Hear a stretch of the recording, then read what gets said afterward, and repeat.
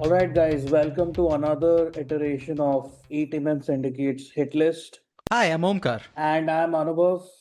And today we are going to talk about something slightly different than our usual wheelhouse. We are dipping our toes into the torrid waters of Bollywood. And we're going to talk about the, I guess he's still the undisputed king of these lands, Shah Rukh Khan.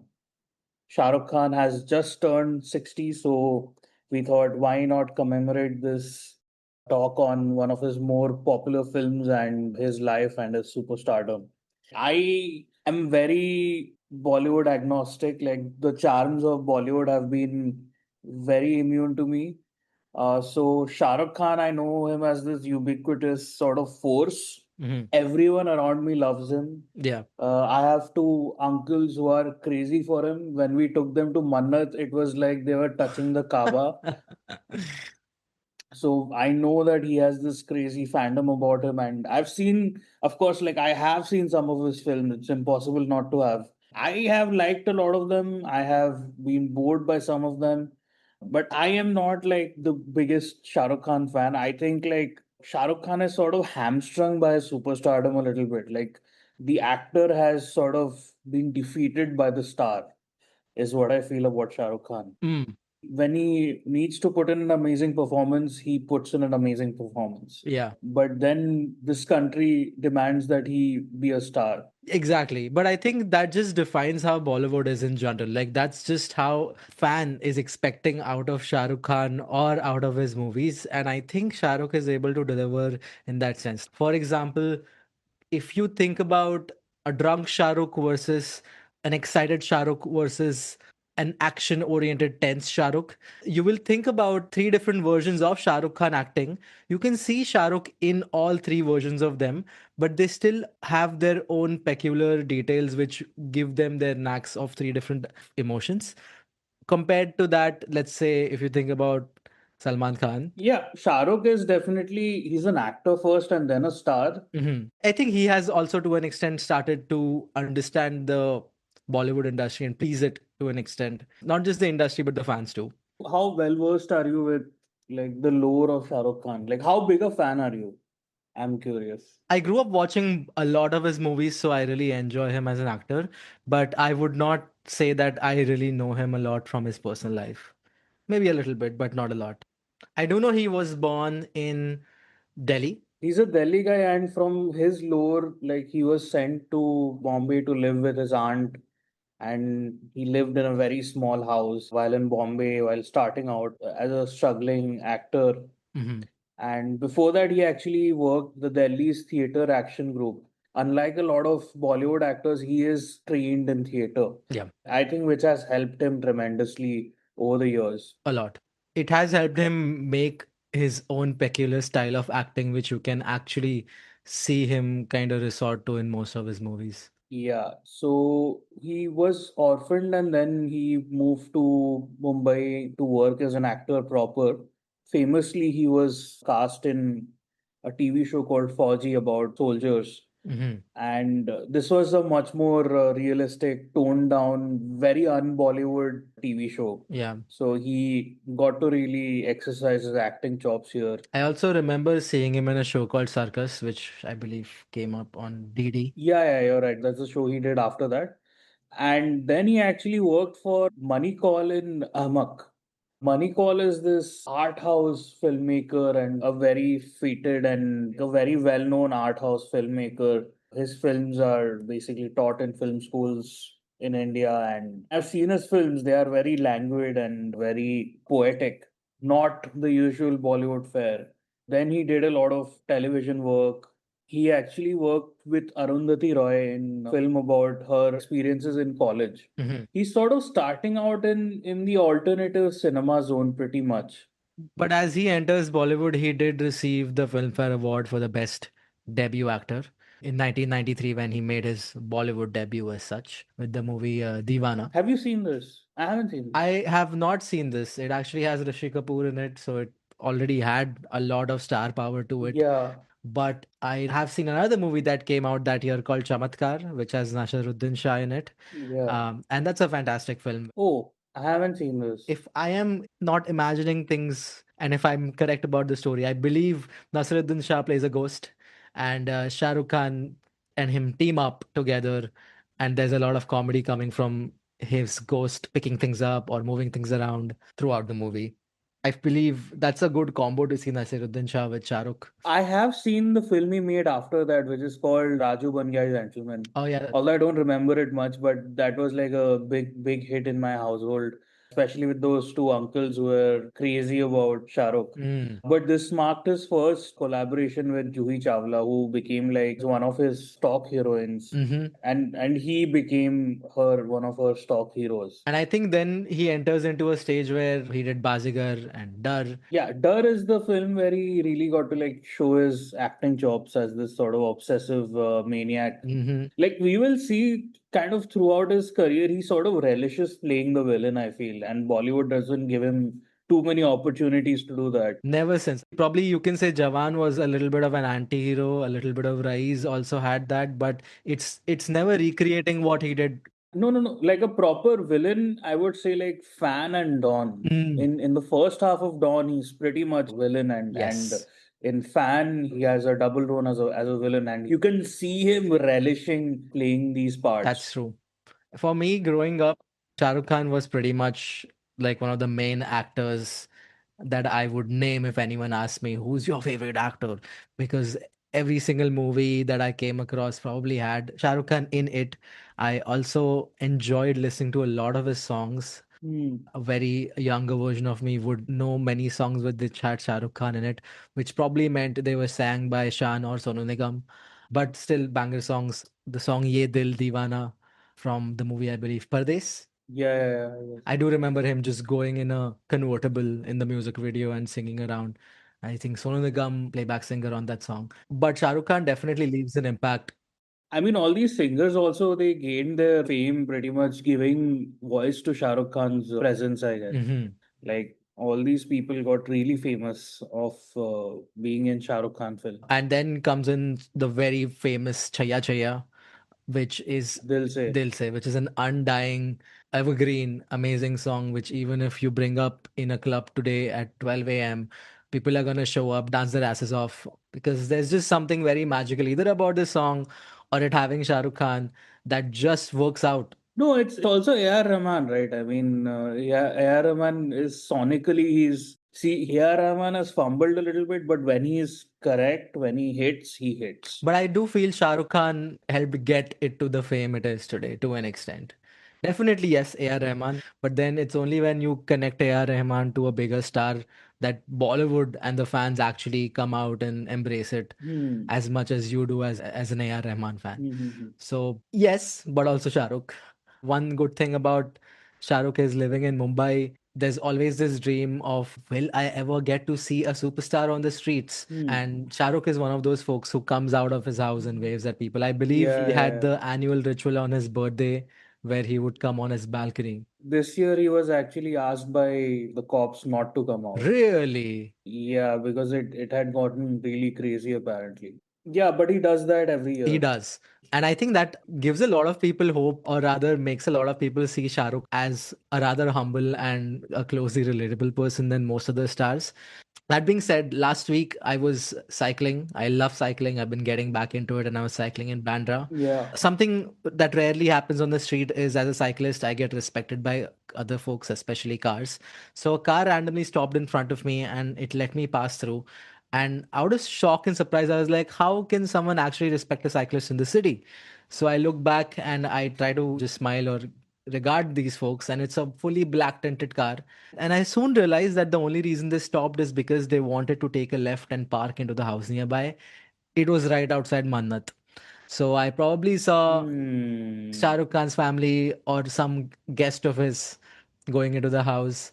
Like it or not, I fanboyed about it for like the next 40 seconds. Nice, nice. No, I get it. Like some of these stars have presence, man. Like I was in a screening where Brad Pitt surprised everyone with a Q&A. Nice. But he just sat down and he had a presence. And actually, I have witnessed Shah Rukh Khan from pretty close because I was in Kolkata and we had tickets to a match Nice. that was near the VIP booth. Hmm. So I was sitting against like a netting thing that separated us from the VIPs. And right next to us was Shah Rukh and Aryan. Nice. With Shah Rukh, I'm immune to it. I'm just like, I see him as a good actor rather than a star, to be honest. That's my whole like issue with him. Like, you're such a great actor. It's unfortunate that you've been bogged down to be a star. But I feel with those two words, right? A good actor, the definition of that can change from person to person. Yeah. But the definition of a star is popularism, people coming together liking him, which unfortunately we cannot control that. And that's just something he has gotten himself into. And he definitely is the biggest star, not just in India, but pretty much across the globe. If I'm not wrong, he will be one of the very few actors who will be known to more people on this planet than even a Hollywood actor to that manner. Yeah, he is known by a lot of the like disparate diaspora. Like he's known by Arabs, he's known by like Russians, he's known by Hmm. like Indians and Pakistanis, of course. But I think maybe the only person who could rival him is Amir Khan, but he hasn't had a movie come out in China in ages. So yeah. But that being said, I think for today, we specifically want to focus and revolve around one specific movie of Shah Rukh Khan, which is Om Shanti Om. From 2007. Now, last year, I was living in New York and I had a bunch of friends all coming from different places in the States, different countries. And everyone decided that, hey, we really need to do a Bollywood night. As one of the very few Indians in the room, I was in the spotlight and I was asked, what would be a nice movie that we can really showcase? And after thinking a lot, I'm probably not the best person to answer that question. My answer was Om Shanti Om. Not only because it's a Shah Rukh Khan movie, but as a movie, it is so much. It covers every single aspect in Bollywood while to an extent making fun of what Bollywood was, at least back in 2007 when the movie came out. Now that I took some time and rewatched it, I see a lot of similarities that probably still exist and I can still enjoy and laugh at them. The movie really is timeless simply because encompasses so much of what we know about Bollywood growing up. And on top of that, it was produced by Shah Rukh Khan's studio, and Shah Rukh Khan's somewhat of a double role in it. He's just killing it. I mean, it's a reincarnation. So But for the watch that I had at that Bollywood night, folks enjoyed it a lot. They were laughing at the most random movie scenes simply because the movie's directed by Farah Khan, who has probably been on movie sets all her life and has really put down the smallest quirks that go right and wrong on a set. yeah, her father was also a stuntman or something. Hmm. So she's been around film sets pretty much all her life. Yeah. Her whole family is pretty much filmy. Like Shirish Kondar is a director and was an editor. Sajid Khan, who is very infamous now, but is Hmm. also a filmmaker. But she's the most talented of the lot, I Oh, guess. no doubt. I mean, even the things she's up to today, the vlogs she's been making and having interviews with stars, Oh, they are really good. they're terrific. They're terrific and addictive. Her Absolutely.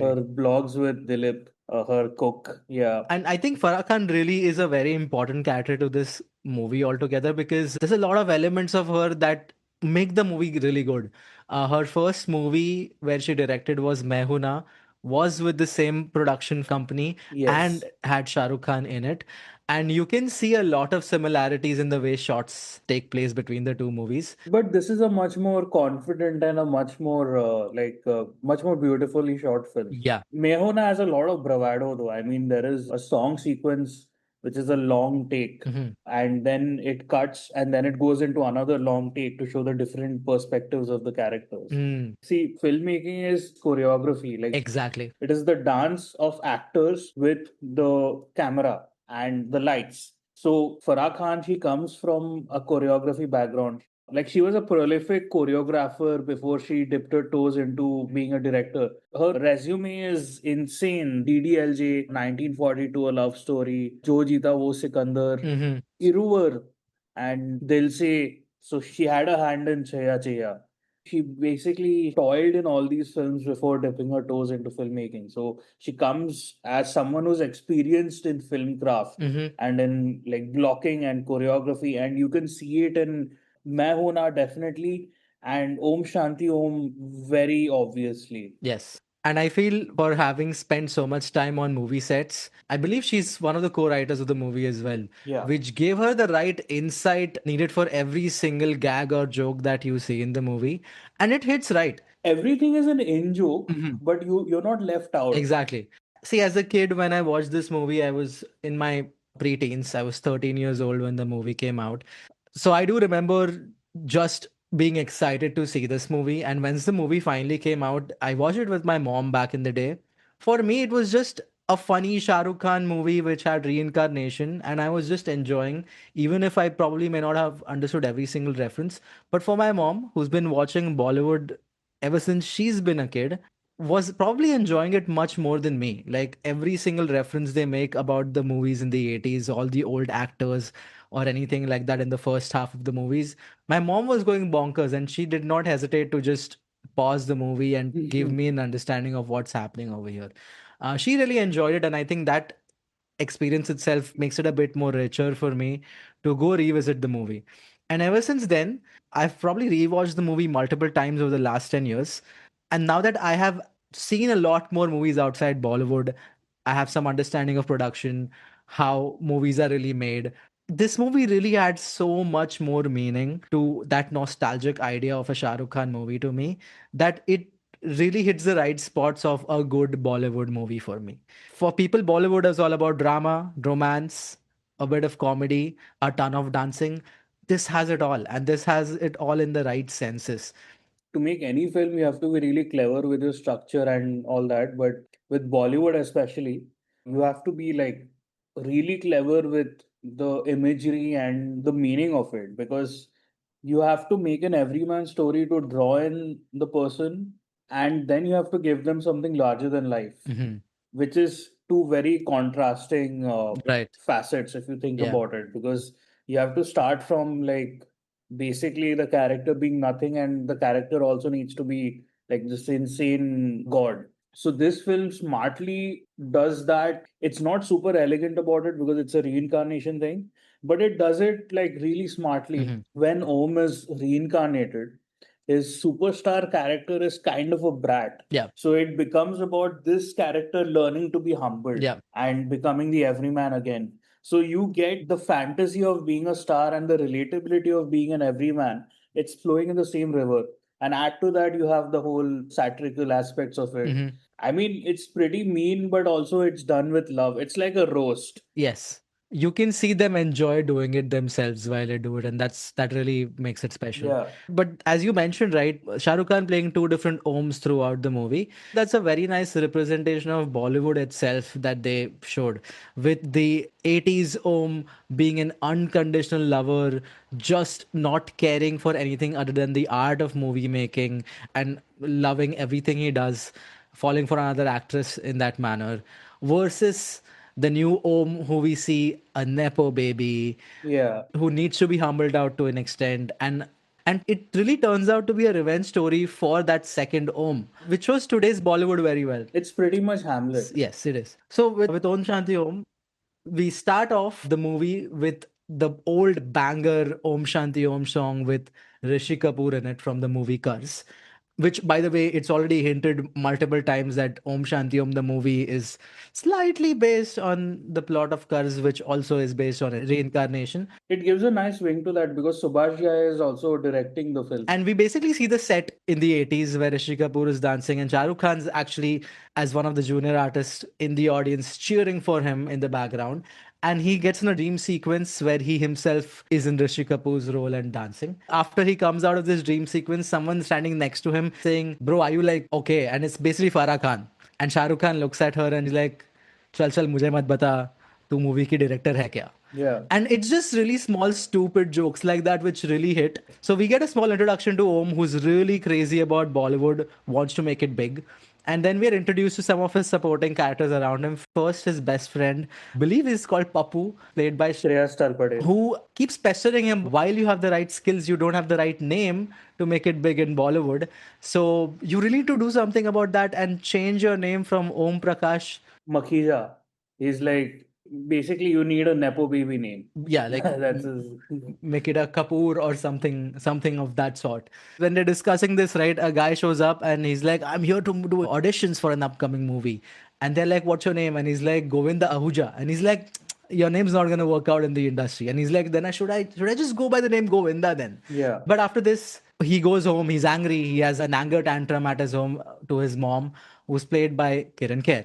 And she's probably a really perfect person for this role, because even this interaction where Shah Rukh and Kiran Kher are fighting off with each other is very dramatically done. She was there in Main Hoon Na as well. Yes, I believe Farah Khan just gets her as the mom in most of her movies. Yeah. And it works out. Like, she really does a great job of being not only Shah Rukh's mother, but a mother who's light-hearted, supports her son, and she's really not the mainstream mom who's like, I want my son to be safe, but more like, I want my son to have all his dreams come true.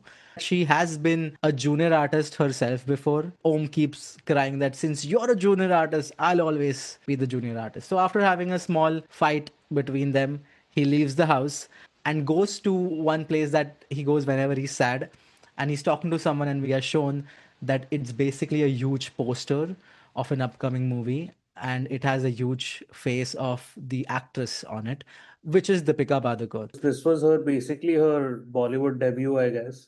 But she had worked before in South Indian cinema. She had worked in one Kannada film, and then she did Om Shanti Om, and she's the daughter of noted badminton player Prakash Padukone. She is fucking amazing in this film. Absolutely. You needed someone unknown who also had star power, and they somehow found Deepika. Yeah. I became a fan where I wanted to see more of her eventually, and I've been enjoying her movies since. I've also liked all her performances since. She's not the greatest of actors, but she's a star, I feel. Hmm. And those are two different things. She did win the Best Debut Actress award that year. Yeah, I mean, Was meant to be. of this film, you want to like give her all the awards, to be honest. Totally. You see the billboard that Om is looking at, and you're like, okay, it makes sense he's fallen in love with this Mm. billboard.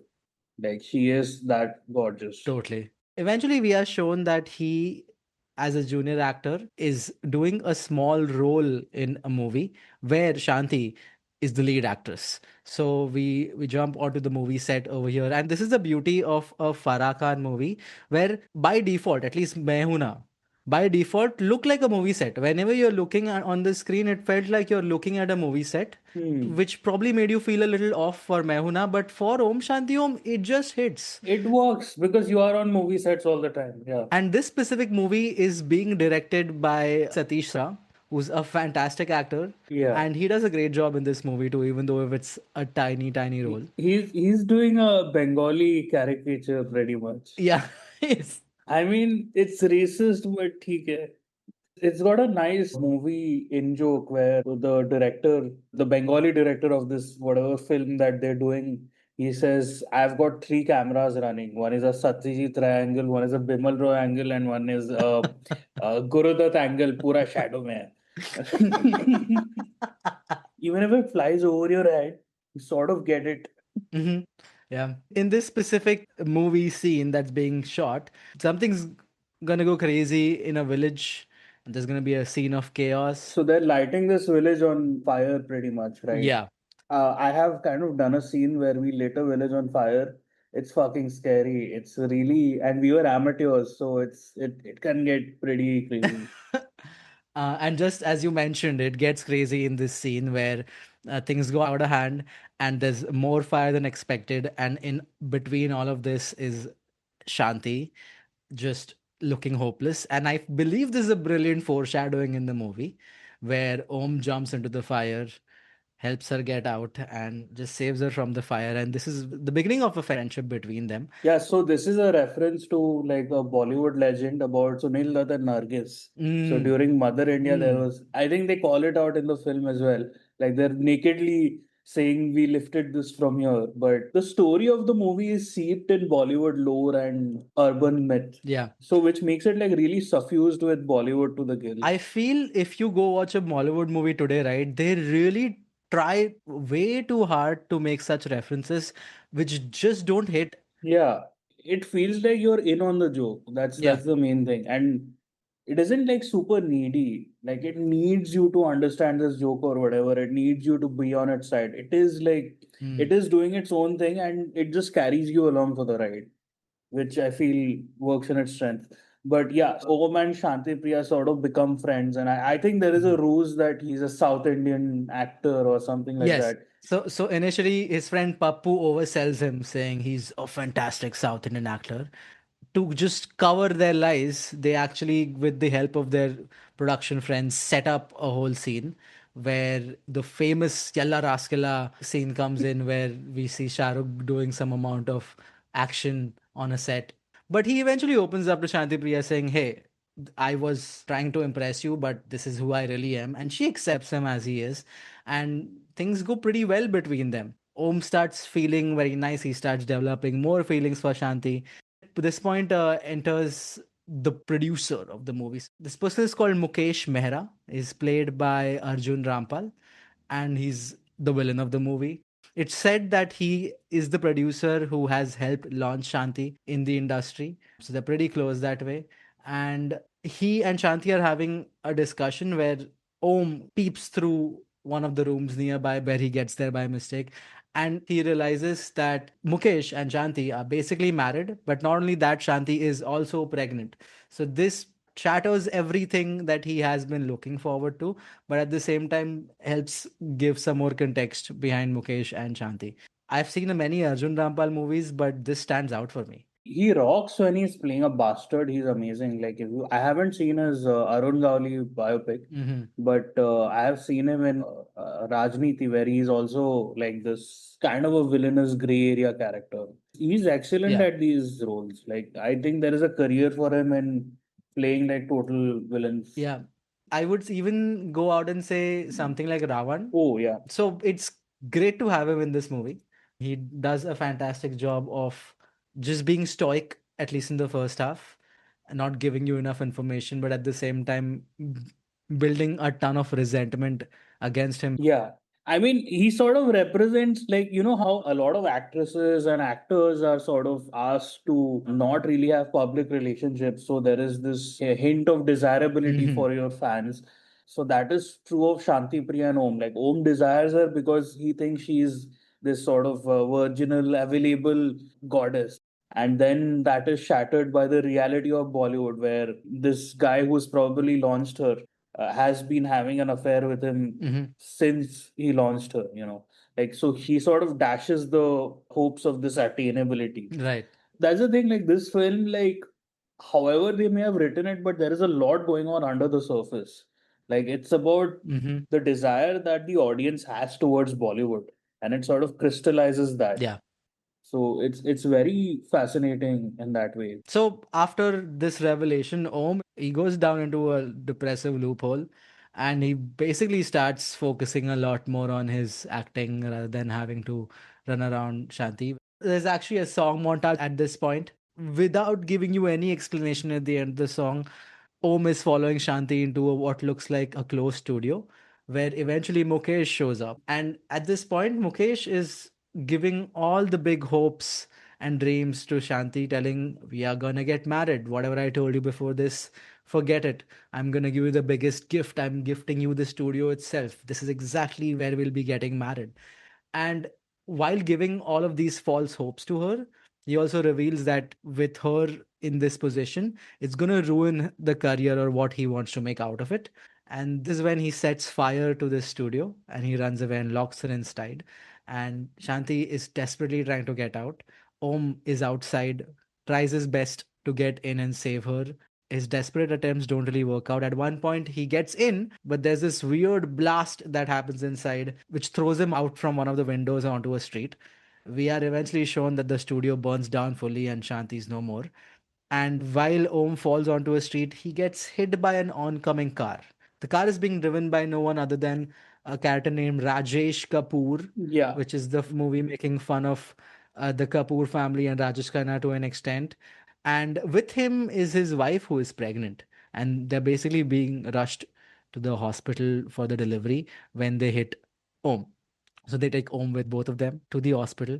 And then there's a typical Bollywood dramatic hospital scene where on one end they are trying to save Om the best they can, full focus on Shah Rukh Khan's face. And on the other side, there's a childbirth, but eventually Om doesn't make it and the child survives. And this is basically the reincarnation scene of Om. From Om Prakash Makhija to Om Kapoor, where he finally gets the name that he's been desperately wanting behind him. And this is where I believe there was an intermission back in the day. If I'm not mistaken, the intermission happened with Om, the new Om, waking up and greeting people outside his balcony, and then you got the intermission. Hmm. So it let you know that the reincarnation has happened and hyped you up for the rest of the film.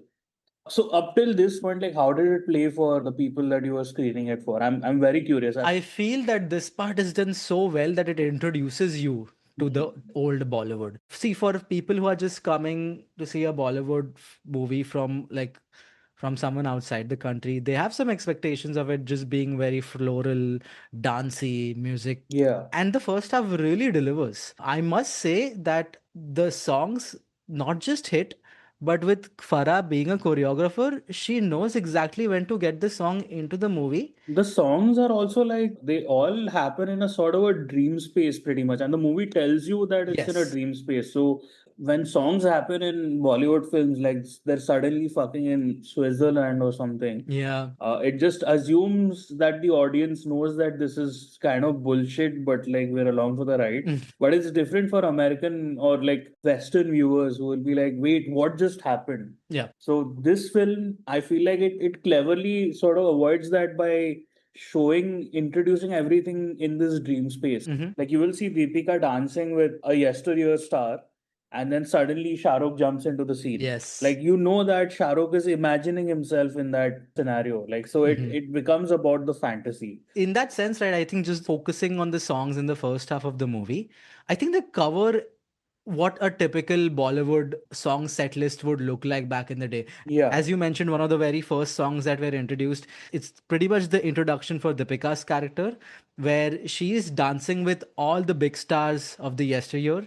And yes, Shah Rukh keeps jumping in, which everyone from the 80s would remember easily just by the way the set or the screen looks. And it's a very nicely done song for the fact that back in 2007, their VFX really worked out. Yeah, yeah. I feel like it's pretty spotless to be honest. Mhm. Then there's another song. This is the song when Om's starting to fall more for Shanti as they start becoming friends. Yeah, yeah, yeah. And this is a very nice song because it starts with Papu being around them, who's kind of third wheeling them to an extent. But you see the surrealness that you talked about, right? It develops throughout the song. The first part of the song, they're in movie sets. Yeah. Papu's the one throwing flowers from here and there and kind of giving the effects. But as the song progresses towards the end, the surrealism in Bollywood music that we know of starts setting in, and the set props start disappearing throughout the song. The song ends in a very surreal place, and I think it also represents Om's state of mind and the way he's been falling for Shanti all along. And this is then followed by when he realizes she's pregnant. Yeah, that whole the sad song. Yes, the sad montage song. Melancholy song. Yeah, yeah, yeah. So how did your guys react to this? They really enjoyed it. I believe they were there for like experience something new and nice. And for them, it was being able to experience Bollywood in its diversity throughout. And to an extent, some of these folks were also coming from a place where they've probably worked on productions. Hmm. And the movie really caters to people on the sets, okay? Like one of the Yeah, yeah, yeah, yeah, yeah, yeah. there's this one scene where after there's a fire on the set, they need to get these actors checked for, some trauma or whatnot. And the doctor is being escorted out, and the guy who's with him is like, You only came for half day. Why are you charging me for full day? Yeah, yeah, yeah. It's a very typical Indian thing to think and say, but at the same time, this is how our production sets work. We are trying to save money Yeah, wherever we can. yeah, And this just hits everywhere across the world. It's not a Bollywood thing, I believe. When you're making movies, you are trying your best to use your bucks in the right place. yeah. So the movie, while specifically tries to make fun of Bollywood, has resonance just with things all across the world. So people were enjoying it, but no one ever stopped the movie to ask us about what's happening. And that's the beauty of this movie because it Hmm. repeats itself again and again and again. Sort of idiot proofs itself. And in a nice way. It doesn't feel like they're pushing it onto you. Yeah, and then like of course the second half is pretty much about the reincarnated Mm. Om sort of pulling a Hamlet pretty much. Basically, yes. We jump 30 years ahead. He's basically Rajesh Kapoor's son.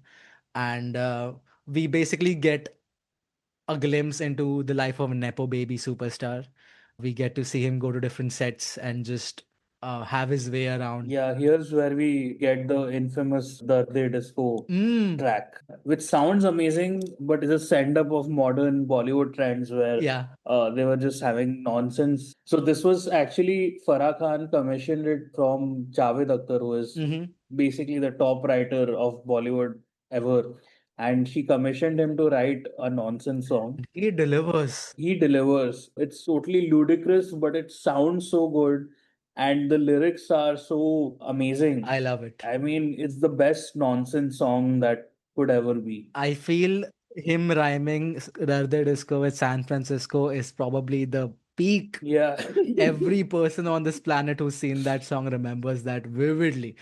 Darde Disco is also a very nice way of showcasing how Bollywood nowadays has fully fallen into a trope of having an item number, Yeah. at least one item number in the movie. Yeah. And they sort of flip the script here and be like, Shah Rukh be our item guy. And he really put up a lot of muscles specifically with You this. know, Shah Rukh has this reputation for being like an object of female desire, Totally. right? Like the Yes. way so many actresses are. So that's what they were trying to do here with Shah Rukh with his abs. But I honestly feel when a guy wants to like show off his abs, he's just showing it off for other guys. Yes. It was just a signal to a different sort of masculinity that was taking over Hmm. Bollywood, and we can see its final evolution with films like Animal or whatever. I feel this was Mm. sort of the beginnings of that more testosterone laced performance of masculinity. I feel with Bollywood, I think the problem really is we tend to just rinse and recycle a lot of things. And as you mentioned, this toxic masculinity thing, to an extent, I feel it originates much, much before in the 80s with the whole angry young man trope. Yeah. Obsessed over that, you become the toxic male masculine person. But in this case, I believe they're just making fun of it. And I totally agree that over times it's just gotten worse. I mean, you can make fun of it and also be it. You can be what you're critiquing. But I mean, it's all done in a very tongue-in-cheek way here because it's Hmm. ludicrous, man. This is the song sequence that is very nakedly Bollywood. I mean, intentionally following the trends and making a mockery of it, Yeah. where none of the scenarios where they're dancing make sense. It's all sets, Yeah. from one scene to another. There is like no connection. It's just a pile of nonsense, but it's Hmm. a really well done pile of Hmm. nonsense. But even at this point in the movie, right, you're so much into the idea that this has been a parody movie till now Yeah, that it yeah, doesn't leave you. Like that feeling just stays. Maybe if you are watching this movie back in 2007 or 2008, right, you may switch from 80s parody into today's reality. But just watching it in 2024, nah, it's the whole thing's a parody at the end of the day. yeah. In the movie, we jump onto the film fair scene. They have Oh, yeah. I love this scene, I dude. love it. First of all, when the movie starts, right, the amount of people that they've thanked in the first few slides is probably the most I've seen in any movie. This film fair scene is where it all comes true. There's a red carpet scene where everyone's asking who's gonna win the best actor award, and everyone's like Om. Some folks are like, who's Om? But you basically get to see all our Bollywood stars and their quirks on the red carpet come to life. Yeah, I noticed this on a rewatch. This is basically Bollywood at the height of its powers and its Yes, flexing. yes. Even the song that happens during the Filmfare celebration, it's like Kitne Sitare Hai. Mm. It's like we just have stars, our films are blockbusters, we are this global soft power.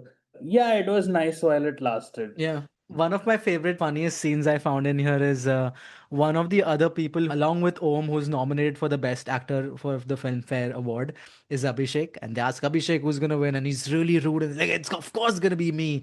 And he walks off. And I only find it funny because Abhishek finally won his Best Actor Filmfare Award this year in 2025 for I Want to Talk by Sujit Sarkar. Yeah. Which, by the way, nice movie. And Abhishek really does a good job in that one. He definitely has had awards for the supporting role, um, where he was probably mostly supporting Amitabh, and he's gotten those awards. Yeah. But he finally got his actor award this year. And sequence goes on. Of course, the winner is Om. And while accepting this speech, he goes in a trance. His speech is exactly the same speech that Om Prakash gave. Yeah, like this is where his past life sort of starts seeping back in.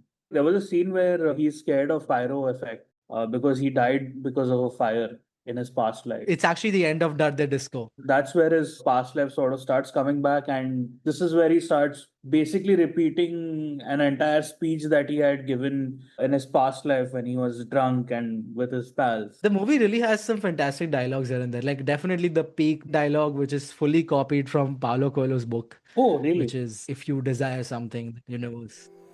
कहते हैं अगर किसी चीज को दिल से चाहो तो पूरी कायनात उसे तुमसे मिलाने की कोशिश में लग जाती है Then this sort of propels the plot forward where he starts remembering his past life more and more. After this award ceremony is another song, which is the most star-studded song in Bollywood ever.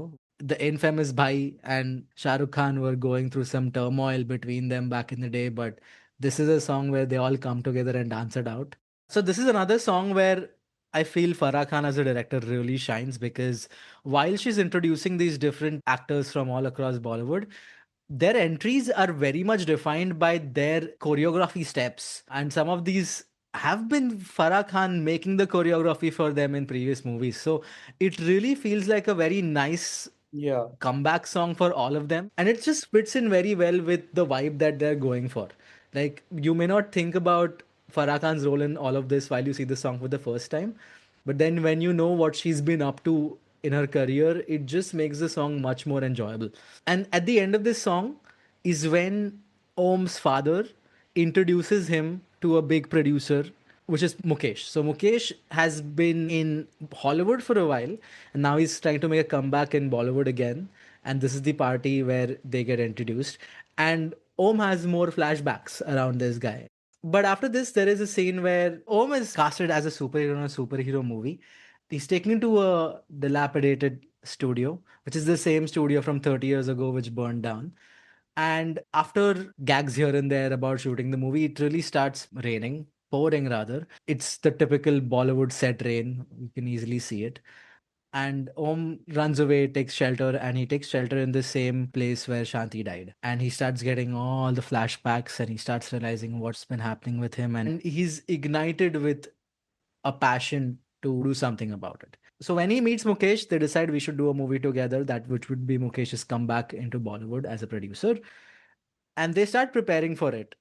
And they basically start having their secondary auditions on the side where they're trying to recast Shanti. And in doing so, they find a girl who looks exactly like Shanti. But you definitely see a very different Deepika in here. And this is probably the meta where this being Deepika's debut movie works well with this new character, Sandy. She's really immature. She's not sure how things work at the set. She's a modern girl. She blows bubblegum. Indeed, yeah. And they basically start preparing her for the role of Shanti Priya. They start shooting, and this is also a point where Farah Khan pulls out the horror card because there are some really small scenes here and there where she actually tries putting in jump scares to just spook off the actors, the production folks, and even Mukesh to an extent while this movie is being shot. Things falling here and there. At one point, Kiran Kher shows up as a mad lady. Before every shoot, right? Mhm. We actually have a sort of a small ritual for Ganesha. For every major film shoot, we do the ritual of the coconut breaking. Right. So, because they want to really rattle Mukesh, there is this one scene and it has stuck with me where they switch coconuts with a fake coconut and it doesn't break in Mukesh's hand. Then Shah Rukh Khan takes it and he breaks it with the real coconut, of course. It is a major inauspicious moment for any film. So all that shit is playing in his head. I forgot to mention that the new movie is being shot in the same dilapidated studio, which they have renovated. Yeah, he's remaking the same film that he was supposed to make with Shanti Priya called Om Shanti Om. There are also times when Sandy starts dressing up like Shanti and appearing in different parts or corners of the set, specifically, which is only meant to spook out Mukesh and no one else. There's also this one scene where, after the production is done, Yeah, while he's checking the dailies and all that, right? yeah, and it's just like there's a small theater which only has Om and Mukesh. And then there's a version of the movie just edited to show Mukesh with snippets of Shanti appearing in the movie instead of the actress that they have casted in there. With all of this, Mukesh is pretty spooked out and he really just wants to end this movie. It's bringing all the worst memories for him in this studio with everything that's happening. So he's rather eager to just get done with the movie and get out of here, leave the country. But Om's pushing him and saying, stick by till the launch party. And we go into the launch party, which is another song in the right Bollywood senses. This song is the longest song in the movie, probably more than 6 minutes long. This is basically like Hamlet setting up the play for his uncle. Yes, if they had not mentioned about the plot or recapped it for us 20 times already, this song does it for you again. Yeah, man. But it doesn't feel boring in the Yeah. sense that it fits right in with the fact that they're making this new movie and it's the plot of that movie, but at the same time, they're getting the right things that happened 30 years ago when Shanti was killed. And it's still an enjoyable song while just giving you a whole recap of the movie before the climax. What happens is that I think Arjun Rampal starts chasing down Sandy and she hits a prop or something. And that's how Arjun Rampal sort of comes to know that, oh, this is all a ruse. They're using Sandy to get to me. And at the end, something falls. There's another fire in here. Everyone starts running away. The studio pretty much goes empty, except for Om and Mukesh. And at this point, we also see Deepika's character walk in. When he sort of faces down Shanti Priya starts telling him stuff that only Shanti Priya could know. That he came back after the fire and all that. And then we sort of realize that there's something else going on here. That Deepika is The ghost of Shanti. And this is also when Om realizes that this is off the script. Well, Shanti Priya basically says, Om, you don't need to kill him. It's written in my hands and not yours. And the chandelier falls from the top onto. that writing with fire gif is. Yes. But basically, this is where the movie ends. All happy times. Om and Sandy are kind of in love now. Yeah, because that has to happen. Yeah, for no reason. There is zero. She just looks like Deepika Padukone, so I guess that's enough. And he adopts Om Prakash's mom and Pappu into his Nepo stardom. Yeah, one thing I wish this film sort of showed a little bit more is his new dad and new mom, how they react to all this shit. They don't. Yeah, they just disappear. They're like gone. But I also, one of my favorite things after this is the end credit scene where in most of Bollywood movies today, you see an item number, which probably does not fit anywhere in the movie. So that's where they put in. But this movie does something nice. Yeah, so Farah Khan always, in her 3 movies, she has amazing end credit sequences where she sort of pays tribute to everyone pretty much. Every single production person, basically. Yeah. I really don't mind plethora of text just scrolling through and me trying to find out people I may know in there. But with what Farah does, where like we see the person on the screen, and in Om Shanti Om, it's basically a red carpet where Yeah. every single credit that we see, that person's actually walking the red carpet, and you realize that this person is not a star, but it's this person who's been responsible to give us such a brilliant movie and like all of these folks coming together and making it all possible. I think that's the reality of Bollywood. It's really just normal folks all across coming together into a bigger production to make something big and magical that moves most of us and makes us inspire and dream big things. Yeah, I really love the end. I mean, the Mehuna end credits are terrific. This one is a little bit muted. It's just not as creative Right. as the Mehuna stuff. But it sort of pays tribute to your entire team that has worked so hard, and you're elevating them to stardom, Yes. which I really like. So this is from an era where Bollywood was this aspirational thing. I don't think people hated Bollywood as much as people despise Bollywood now. And Mm. Bollywood had monopoly on the audience's hopes and dreams, and this sort of really crystallized that aspect because Shah Rukh Khan is someone who dreams of Bollywood and aspires to be a star like Bollywood. Mm. It's about the Bollywood dream pretty much. I think this was the peak of Bollywood, such as it is. For me, totally yes. Like I was rewatching this movie and I felt emotional for no reason at the randomest points at the movie. Probably a good amount of nostalgia hitting me from 15 years ago. But at the same time, it's what I've learned about making art and movies over the last few years, which makes me appreciate this much more. Yeah. To be honest, this feels like a relic of a different country. Like has changed so much. Agreed. It feels like an antique pretty much. Yeah. I feel I like mean, I wouldn't say an antique, but like an artifact of some different civilization. you're right. Like a good amount of actors we see coming together on the screen may not even come work together today because of their opinions on different things. You're right. It was a different India. It was a different Bollywood, and the movie does a very good job of capturing it. You showed it to a totally alien audience. Mhm. What did they think of it? They enjoyed it. They definitely were skeptical on, do I want to spend 3 hours looking at a Bollywood movie, because 3 hours is already a lot. Yeah. But the movie kept them gripped throughout. Like there was enough repetition for you to just be lost and come back to it. Yeah. There was enough gags to hold you in the moment.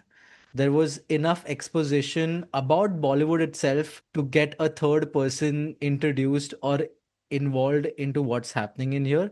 And all of this is happening while they are trying to show you how Bollywood really works, how the set designs work, how the people in here work, how do they come together.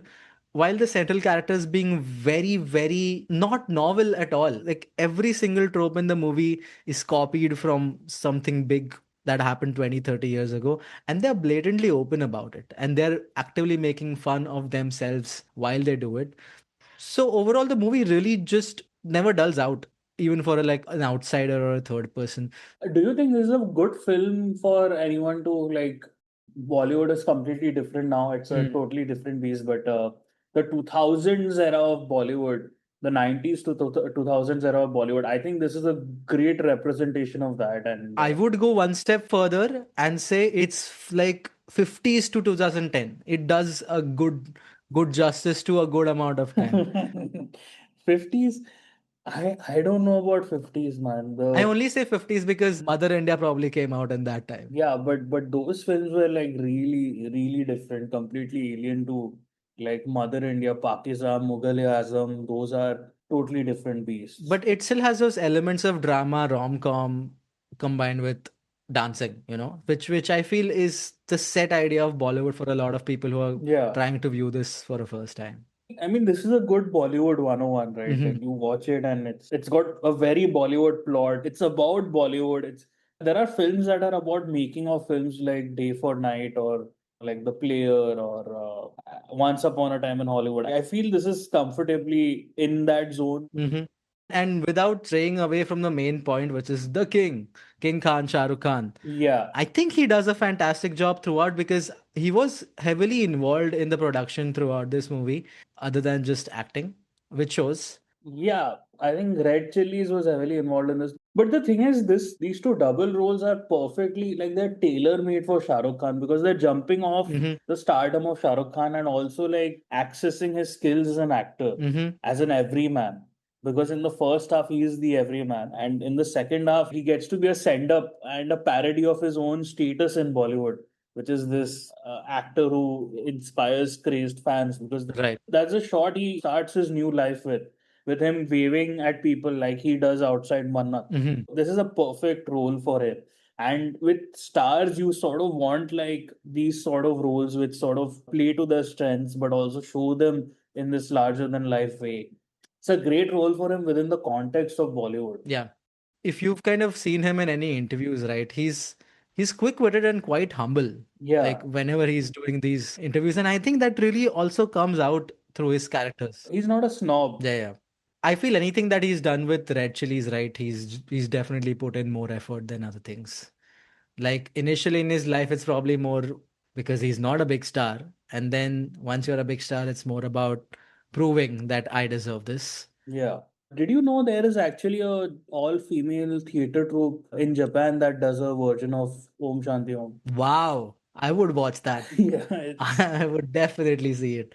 I think this film has penetrated quite widely. And as it should, like, it's a real easy watch. There is a lot happening behind the scenes, but you are still enjoying it without knowing any of it. So I can see how any foreign audience will happily jump onto it.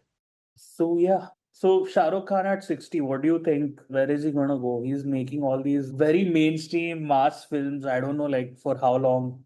Until his body gives out, I guess. I remember hearing 20 years ago him going through surgeries that didn't sound too great, but he's still doing great. So I don't know. To be very honest, I always looked at him as this generation's Big B. Hmm. And considering Big B is still out there doing things, I don't expect Shah Rukh Khan to go. But Big B is doing like different roles, right? He's not like punching people and shit. Fair. Fair. Like Big B at 60, he was doing, like more character roles. Like Shah Rukh is doing this. He's following in the Rajnikant mold a bit. It feels like he's gonna be punching people till he's like 70 plus or something. I really want him to do more smaller roles, but he's too big for them. I agree.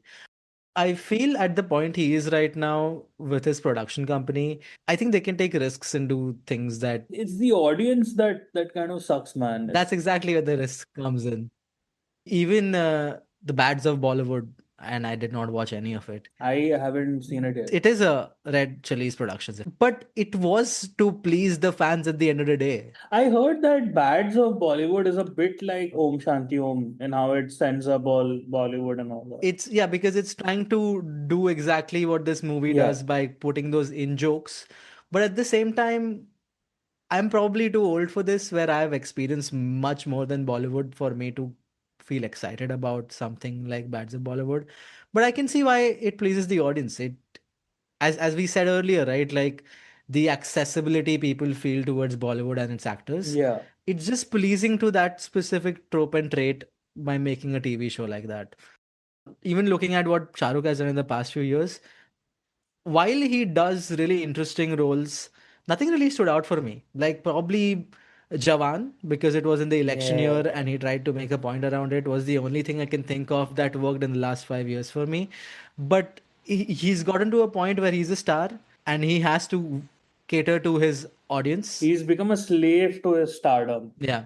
Yeah, which is a shame. Did you see the trailer for King? You don't watch trailers. I yeah, unfortunately don't. But wait, there's a thing called The King coming in. Yeah, it was supposed to be a Sujay Ghosh film, Sujay Ghosh of Kahani fame. Mhm. So Sujay Ghosh went and pitched it to Shah Rukh, but they sort of bid goodbye to him and got on Siddharth Anand, who is the director of War and Pathan. Okay. It's like a straight action film now. Apparently, it was something completely different. Like it was gonna be a Suhana Khan vehicle with Shah Rukh as a supporting actor or something, Mm. something of that sort. But now it's like a Shah Rukh Khan thing. He's got a salt and pepper hair look. Interesting. The usual Bollywood kasai ka dukan, like butcher shop antics, where there's a lot of blood, lot of Yeah. violence. And it's probably going to be get integrated with the war universe at the end of the No, day. because Pathan is in the war universe, so how can there be two Shah Rukhs? Ah, right. That would be too much. I would be happy to see him do more supporting roles where he flexes around with his acting skills because he has them. Yeah. Which would basically mean we get to see more of him in different media and different mediums. But that's just me hoping. I'm totally fine if he doesn't. All right. Before we close off, I want to take a moment and give a shout out to my friend Diksha, who's probably the biggest Shah Rukh Khan fan I know and has been one of the reasons where I feel my love for Shah Rukh has regrown again in the last few years.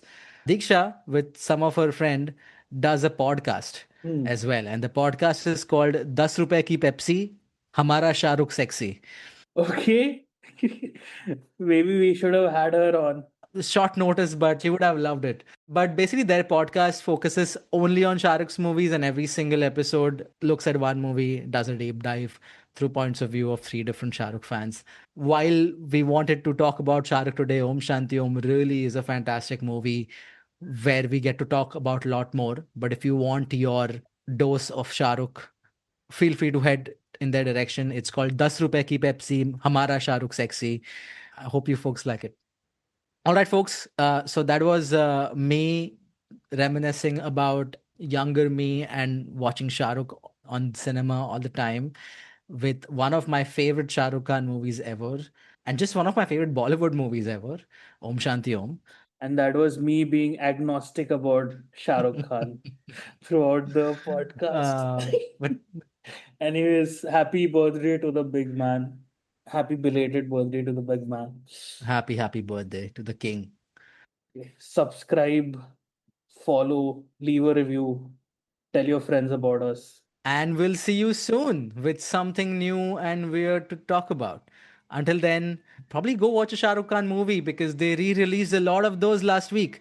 But yes, until then, stay safe and have a good one, folks. Bye, guys. See ya.